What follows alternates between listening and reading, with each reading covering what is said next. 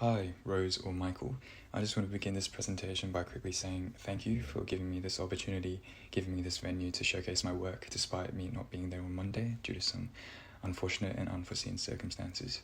And with that, I want to hop straight into it and introduce my proposal as Unit 1428.1 for the Just Housing Brief, this Studio 2B. So we start off with my site plan at 1 to 500, which shows the neighbouring buildings, the context, and the shape of my building in relation to Liverpool Road and Francis Avenue. And with that comes some site analysis, where I'm using the red arrows to show the entrance, the access points, and the black circle with the arrows coming out of it to show the views made possible by the rooftop garden. And the black dotted lines just show the prescribed setbacks, 6 metres from the back and left and 4 metres from Francis Avenue. Now, my first set of principles revolve around form and layout, and number one is a gentle spatial flow, where the inside curves of my building remind me of open hands, like receiving hands, and that sense of reception given by the shape relates to number two, which is soft outside edges. Same thing with the curve, it's just that idea of comfort and sort of a disruption from the neighbouring buildings, which are all very sharp and blocky.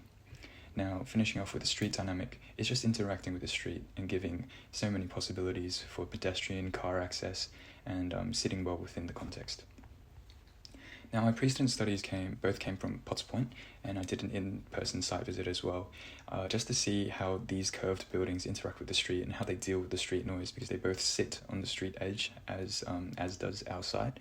And the way they do it is first, the curve just naturally deflects sound by not giving a flat surface for the sound waves to absorb. And also just having that facade and having a strong sort of materiality that deflects the noise as well really helps these two buildings, mitigate that risk. Now, these sets of diagrams, we'll begin with the left, which is my cluster plan, and what it shows is just how the 1-bedroom and 2-bedroom apartments sit within the verticality of the building, as well as the carer studio. And the diagrams on the right show the turning circles, those red dotted circles, which just to say there's enough room for people with physical limitations and having those wheelchair turning circles and then being able to round those corners. Now, the site elevation, again, just to show the context and the facade of the building as well. Here we have the sun, just to see how that interacts with the north face. And we can move on quickly to my next set of principles, which is social and shared space. Now, similarly to the interim, a strong focus of my proposal is just having those common areas for people to come together and for that mutual learning to occur, where they share each other's life stories, their upbringings, their sort of struggles, or how they might, break free of any stigmas or limitations that society has placed on them. And the way I want that to happen is by using the building as a body and having that central area, that lobby space, be a sort of heart, and have the corridors and have the rooms stem off as like arteries and organs off of that. Now, here we have the ground floor plan, and it has the carer studio, 2 1-bedroom apartments and 1 2-bedroom apartment. And we have the spatial vignette of the barbecue, and this barbecue place is on the upmost floor on the rooftop garden, and what it is just one of those common areas for people to share in good food and bask in the sun, just anything to help them sort of make conversation and give them that space. Now, my third set of principles are to do with accessibility and inclusivity.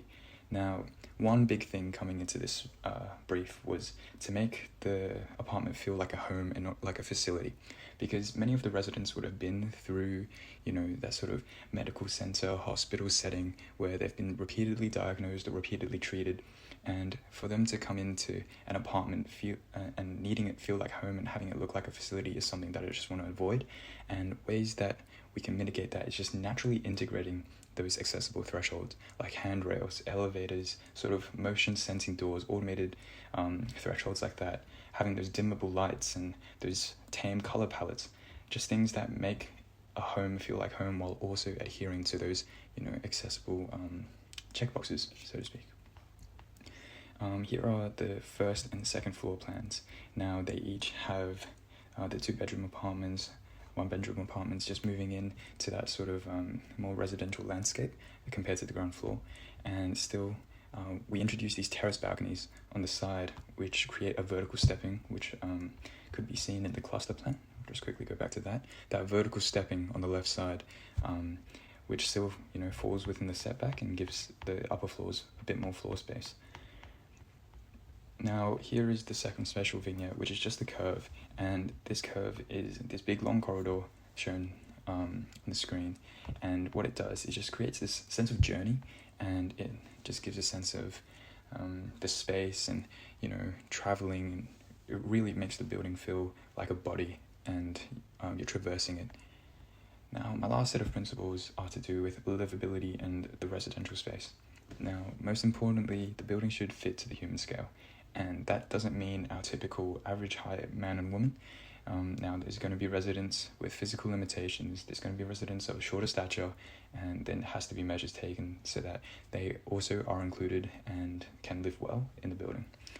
Some other things to improve livability is natural integration, and that just means a lot of green space, having those trees, having those garden areas, just stuff to boost mood, stuff to get out of the sort of institutional color palette. Having that green space in there really helps. And finally, everyone gets their own outdoor space. Having that access to the outside air, the outside sunlight, making sure that they're not trapped up inside all day. Now, the final floor plan, the most notable thing here is the rooftop garden space, and it's just a big chunk of outdoor space granted for just complete relaxation. At the top, the vertical stepping makes it feel like a physical ascension to this sort of relaxation space, with the old site housing a church and everything, sort of paying tribute to that. Now, here is the long section, where we can see the sort of division of space through each level, and the vertical stepping, of course, on the left side, and how it goes up there. And my last drawing here is the sectional perspective taken from the short side now, so from Liverpool Road, and it's of the left block of the building, so cutting it in half and pushing it a bit more left. Again, the division of spaces, the materiality, and the backwards context, and how it sits, well within those setbacks. And it's just some model photos taken from my home. It's made out of plywood. I painted the sides, and the thing here to emphasize again is just the vertical stepping going up there. And here is my context model. And that concludes my presentation. Thank you so much for listening, and thank you again for this opportunity.